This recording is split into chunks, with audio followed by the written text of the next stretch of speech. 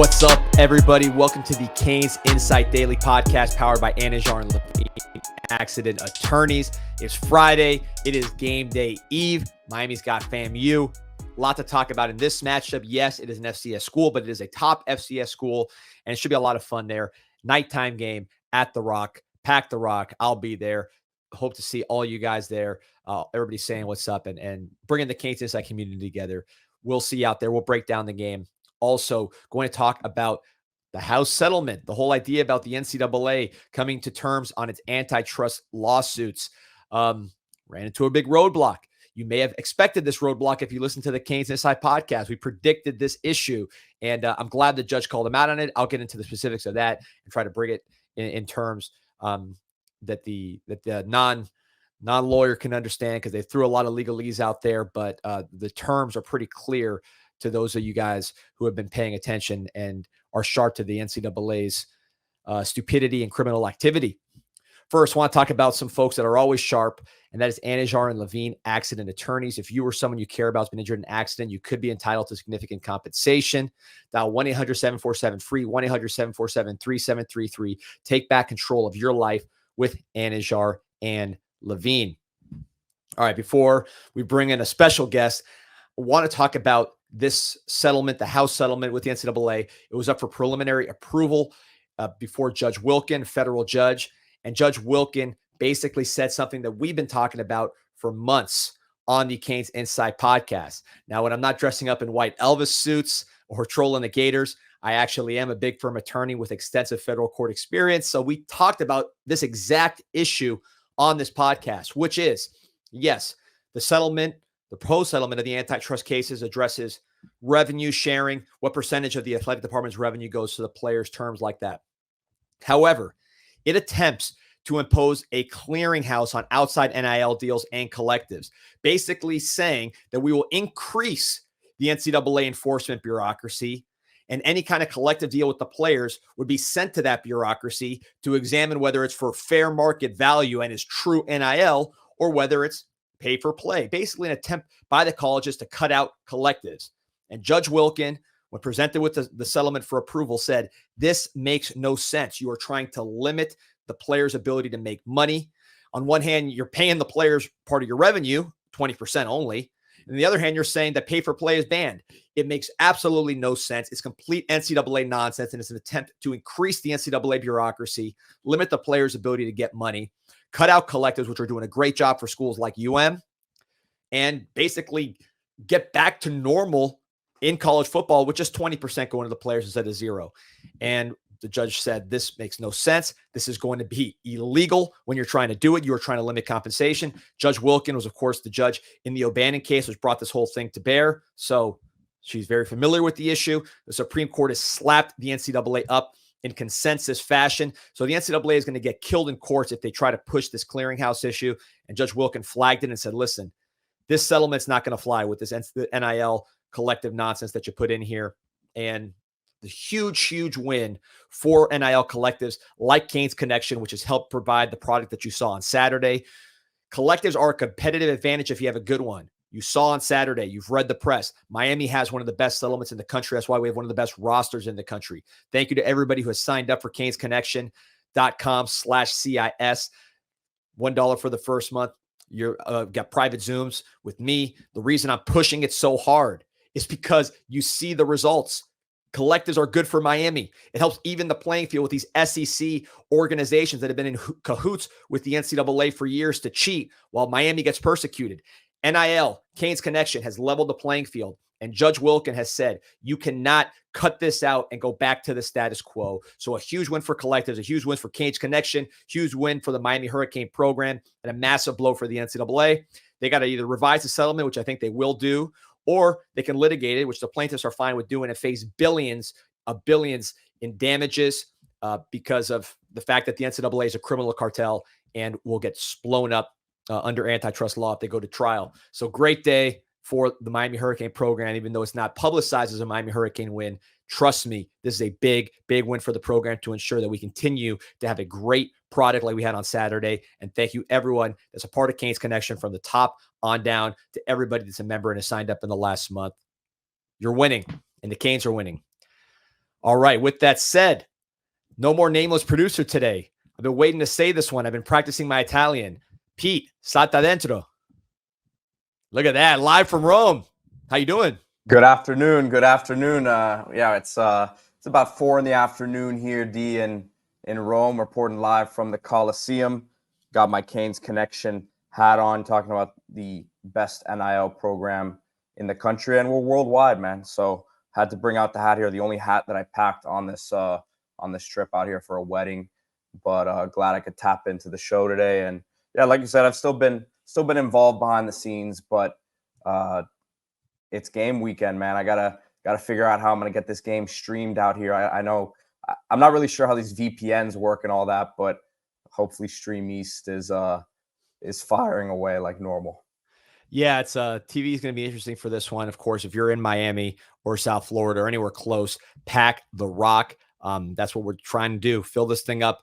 Mario's been big on it. The whole program, the players been pushing pack the rock. They want to see out there. So hope to see some of you guys out there. If you see me, say what's up. It was great in Florida, up in Gainesville, meeting all the Canes Insight members, fans of the podcast, fans of the forums, CanesInsight.com. Appreciate all of you. All right, so let's talk about the game. FCS opponent, yes. But this is the best program at the HBCU level, the SWAC level. It is also a top 10 FCS program as of last year. They're on a 13-game winning streak. 2-0 this year, 2 very close wins. So it's not like they're blowing teams out the water, whether it was Norfolk State or South Carolina State, but they are winning. FAMU, of course, we know them for the band, but they are one of the powerhouses of the HBCU football level, 13-time national champion, including last year at that level. Pete, you're somebody that knows a bit about teams like South Carolina State, HBCU football in general from your time as an agent. So there's real players at that level. Yeah, South Carolina State alone, Darius Leonard was one of our clients. Jacoby Durant, who's a starting nickel corner for the Los Angeles Rams out there, had a really strong rookie season and was injured for a bunch of last season. So I think he'll have a big year this year. But those couple guys came from South Carolina State. My guy, Titus Howard, out of Alabama State, right? So there's real James Houston was a Jackson State guy, and he's South Florida guy, obviously, went to Florida, transferred to Jackson State. But FAMU had some down years, right? They really, I think, capitalized on once Coach Prime left to Colorado, kind of filling that void and becoming once again that premier HBCU program. Like you said, went 12-1 last year, won the HBCU Super Bowl essentially at the end of the season as well. So you're looking at a program that, as we always understand, is going to have a lot of transfers from bigger programs. Daniel Richardson at quarterback, a lot of South Florida people are familiar with him from his time at Booker T as one of the most prolific players statistically at the quarterback position in the state of Florida of all time. Thad Franklin, their leading carry guy. Obviously, Canes fans know him well. His time didn't really work out here, but we understand he's a talented back. I know you were a big fan of him coming out. And then James Colsey, the third at head coach, a South Miami high school guy. And Coach Mario Cristobal has a ton of respect for him, knows him, has a very interesting path to becoming the head coach here. As Willie Simmons, their head coach from last year, went on to Duke to become the running back coach for Manny Diaz. So a ton of South Florida ties throughout this staff at FAMU. And look, at the end of the day, when I look at this game as a whole, I don't think Mario, for as happy as he was with the result, I think Mario thought there were some points left on the table at the end of the Florida game there. So I think he's been reminding them of that all week.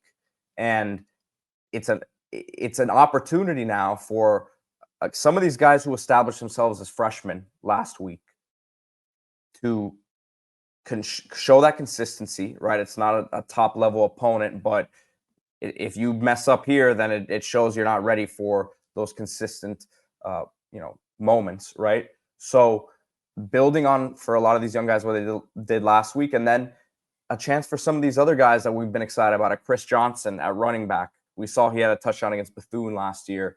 See if he gets his feet wet, right? Certain guys like that, a bunch of guys on defense that I'm excited to potentially get in the mix here. But listen, pack the rock. That's been the message all week, and it's a fun opponent here as FAMU is the best in the HBCU right now.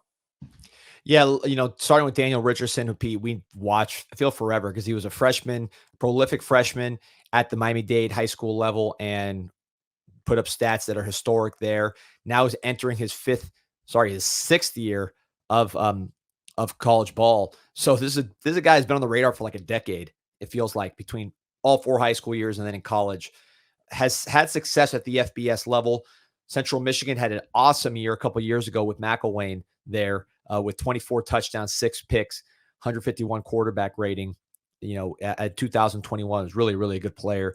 Ended up graduating Central Michigan, moving on to Florida Atlantic. Had a decent year last year there. Now at the FCS level, but don't make no mistake. This is a proven FBS quarterback. 56 touchdowns versus 23 picks in his FBS career. So he's been productive and undersized, which is why he never was a Power 5 quarterback. But he can move, he can throw downfield, he can make decisions, and he's going to be one of the better. I don't know what the better quarterbacks Miami plays this year, but he'll be better than some quarterbacks Miami plays this year at the FBS level. Let's put it that way. This guy can play a little bit, and mentioned Thad Franklin, somebody I thought had a chance to be a really good player. I think his physical fitness and commitment was the reason why he's at FAMU now as opposed to a Power 4 school. He had the size. He had incredible production. I mean, unprecedented production as a 6'1", He was at 230 Louisiana Monroe before this, right? Yeah, and I mean, again, I think conditioning, this is a guy who's naturally big. So, and he's athletic. So if he slims down and is in tip-top condition, he could be a great back. That never really happened. I think that hurt him because he's not the most physical back in the world. So he needs to maximize his athleticism at his size. And again, it just didn't happen. But reinventing himself, did score a touchdown for FAMU as a receiver, has carried the ball as well. They got a stable of backs there. Got some receivers, including some guys you may have heard about. Quan Lee, who was a Miami commit at one time from I believe the Gainesville area, ended up going to FAMU, and he's somebody that can play a little bit. Their offensive line is talented, one of the better ones at the FCS level. Jalen Goss, who was a Florida State commit. Remember our boy Corsi, Pete, former offensive line coach for Chaminade. Me and him loved Jalen Goss coming out of high school. He was skinny, but super athletic, signed with FSU. And we thought if he, if his body grows into the position, he could be a good one. Now, it didn't really grow into the position, which is why that must have been years ago. I mean, how long ago was that? That's a name from the past. Yeah, Florida State went there. Again, the body didn't come through. So sometimes these tall, skinny guys turn into NFL players. Sometimes they stay skinny. I think he was more on the skinny side. The power never really came, but still very athletic. Now at FAMU and is a good player at this level. Maybe because he has a chance to play pro and get into camp and ultimately fulfill what we thought he might be coming out. So you have a lot of FBS transfers, a lot of Power 4 transfers on this roster. I think it's a good test. Of course, Miami should play well and win, but it's really going to be about Miami continuing to maintain the same approach and be disciplined and improve week to week because Florida is a great win. Florida is not the best team, would not have been the best team in the ACC. Miami's going to play better teams in the ACC than Florida. Certainly, if Miami gets to the college football playoff, they're going to play way better teams than Florida. So, you got to improve. That's not enough to be where Miami wants to be. And D, I got to tell you, just looking at the roster, kind of as you're alluding to, I got to salute FAMU because their leading receiver right now, Jamari Gassett, was the third leading receiver at Buffalo last year, right? So it's not like they're attracting guys who had productive careers at other places, right? I mean, their leading tight end right now came over from Central Michigan as well, and so salute to FAMU to keep bringing this talent in, and it's nice to see another team in the state doing well with everyone else seemingly struggling outside of Miami right now. Yeah, and look, Morrow said this. Furthermore, has a great relationship with Coach Colsey, as his Mirrorball Miami guys. There's a lot of FAMU/Miami fans. A lot of Miami fans that went to FAMU ended up being, successful business people. I've seen a lot of FAMU license plates in the parking lot of UM games. A lot of FAMU people in the boxes. FAMU. A lot of people they want the HBCU experience coming from Miami. They go to FAMU and they come back as Hurricane fans and FAMU fans. So it should be a nice environment. And you wish the band was there. I don't know why that couldn't work out. Something is amiss where you have people wanting to see something and it's just not there. I mean, you got to think they'd make that money work somehow. But unfortunately, that's not the case. You won't have FAMU's famous band.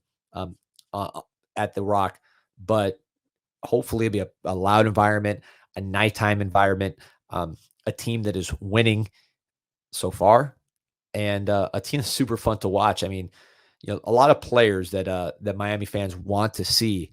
Young players. Chris Johnson is a name that continuously pops up. We'll talk about who we think might be the player of the game here in a second, but a lot of names that Miami wants to see, I think, on Saturday.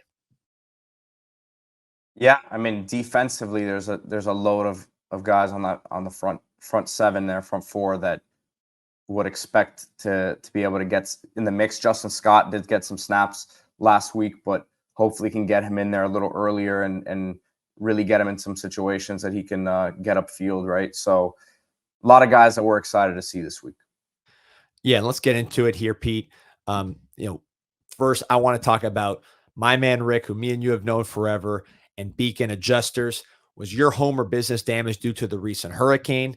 Did your insurance deny your claim or not pay you enough to make repairs? If you answered yes to either of these questions, you need to contact Beacon Adjusters Group. Beacon Adjusters Group experts can help you get your insurance claim settled and make sure you get fully paid. They don't get paid until you do. 954-466-4224 or info@beaconadjusters.com. We lead in your time of need. That's Beacon, Beacon.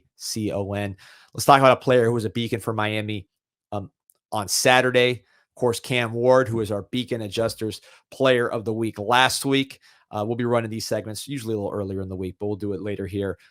He's gotten every accolade in the book this week. Davey O'Brien Award, Player of the Week, ACC Quarterback of the Week, you name it. Cam Ward's gotten it, but he is now the Beacon Adjusters Player of the Week.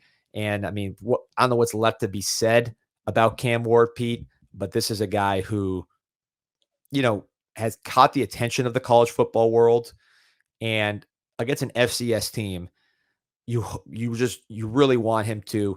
He's going to be casual. I mean, he was casual against an SEC team in an SEC stadium, but you want him to still be focused, run the offense, execute when the opportunities come, and get off the field healthy, right? I mean, I've seen the other top quarterbacks in these kind of games. They leave at halftime and their stat lines like 10-13 for 250 yards and 3 touchdowns. That'd be nice to see for Cam Ward. Yeah, and Mario Cristobal said it pretty much. Cam was the first guy in the locker room telling everyone, this is just one step in the process right after the UF win. And normally I would worry about a Hurricanes team after a big win, going into a game like this, sometimes come out a little sleepy. I'm not really worried about that on Saturday, just because not only Cam Ward leading the team, I think he's going to keep the team's energy level up, but I think the team also understands that was just a taste of how good they can be, and they understand that it was a very clean performance, but it was something that was just one step, and now they got to keep it going and keep this momentum. Obviously expect them to win this game by a wide margin, but keeping with the no penalties, things of that nature, the no unsportsmanlike, just stupid things that has haunted Miami in the past, right? Keep that going, and I think that's what I would expect this weekend. Yeah, and staying with Cam Ward, I think he's heard now for a week how great he is, how he's going to be the first pick of the draft, how he's going to be the next Jalen Daniels or Joe Burrow, as far as kind of like escalating from a late day 3 pick to potentially a first round pick, top 10 pick, you name it. So can he keep the main thing? And he is going to hunt for big plays because that's his playing style. But I don't know if that's necessarily his, you don't want to get outside of that, right? You don't want him to try to do too much and force it. It'll come naturally with the way he plays. Plus, the short passes he makes can be long runs, especially against an FCS opponent. They do have some NFL defensive backs at Florida A&M, but you want that to be an efficient performance and not something where you're forcing it. You're getting sacked because you're taking too long or you're throwing picks. And here you go. We got the predictions with the man Trenton Breeze right there front and center. I think given the fact that Mario's playing against a friend, I don't see this being a run up to score game. Plus, I think FAMU is better than people think. I like 55-10. Trenton Breeze, the young lion, 51-13. Mike Ryan, who just signed a huge deal with Peacock. A shout out to him. Great show with him on Wednesday, 58-7. And then the man with the shades, Peter, live from Rome. You're true believer, 66-7. Yeah, yeah, very confident about it this weekend. And again, I think that they're gonna carry some of that game into this one early, and I think they start with a bang, and maybe a defensive touchdown early in this game, special teams touchdown.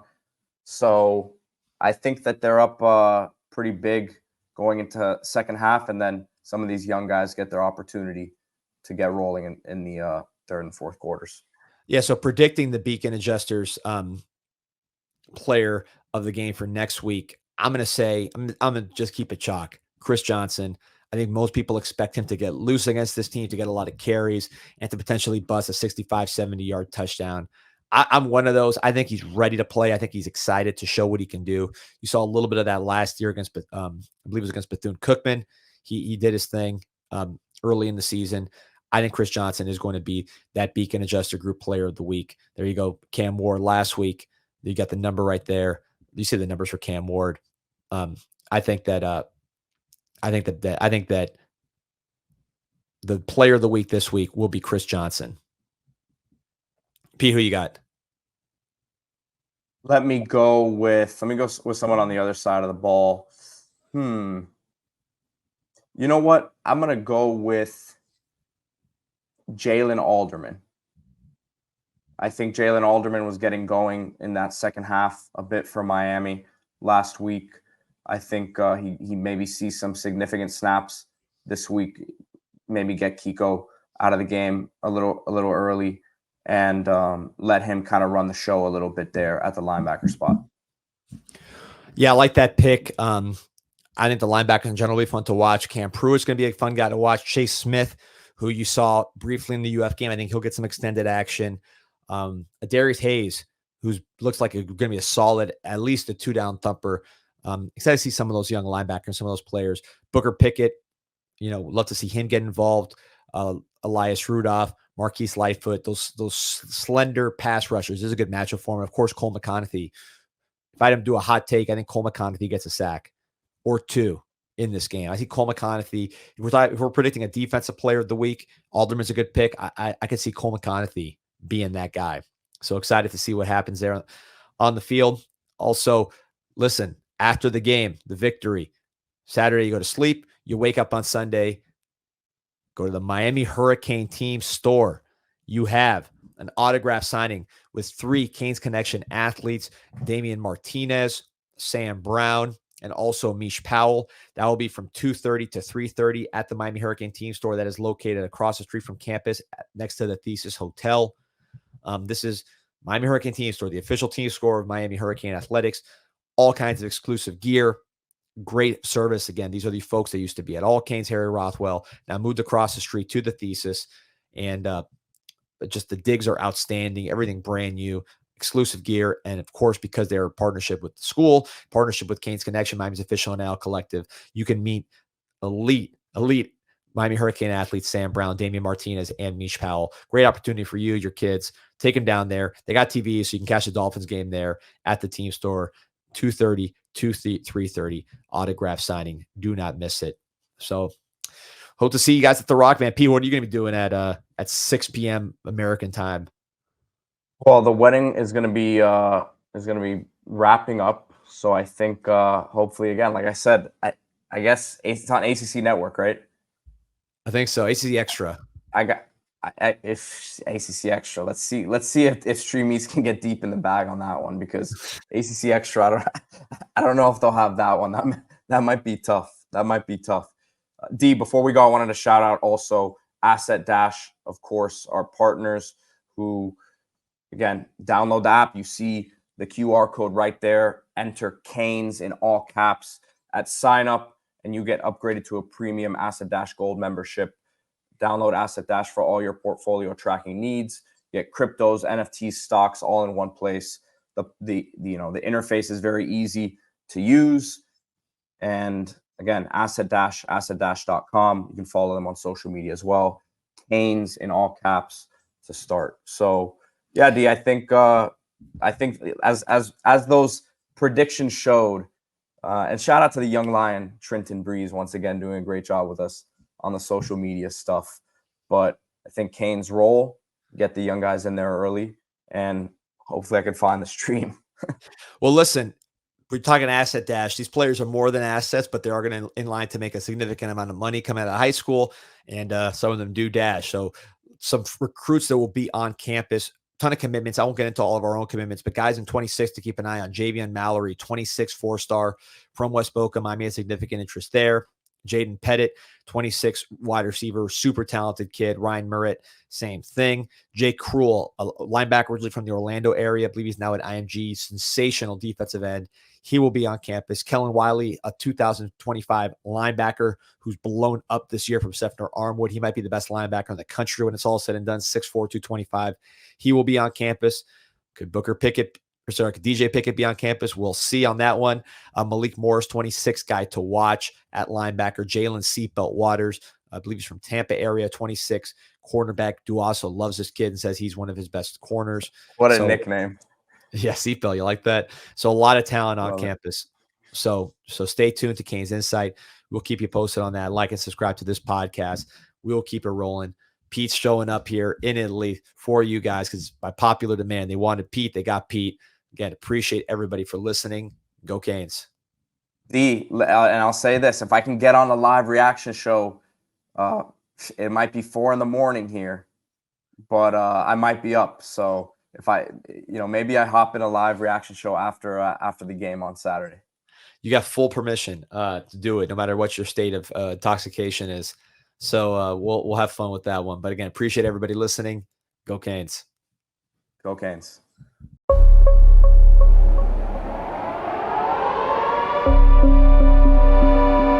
Yeah, this an insight to the Canes, and you know we ain't playing no games. Joaquin said dominate, so that's what we do. Home of the legends and 7th floor crew, down in Miami where hurricanes brew. You here for the rumors, we bring you the news, cause it's all about the you, and nobody do it like CanesInSight. Nobody do it like CanesInSight. Nobody do it like CanesInSight. Nobody do it like CanesInSight.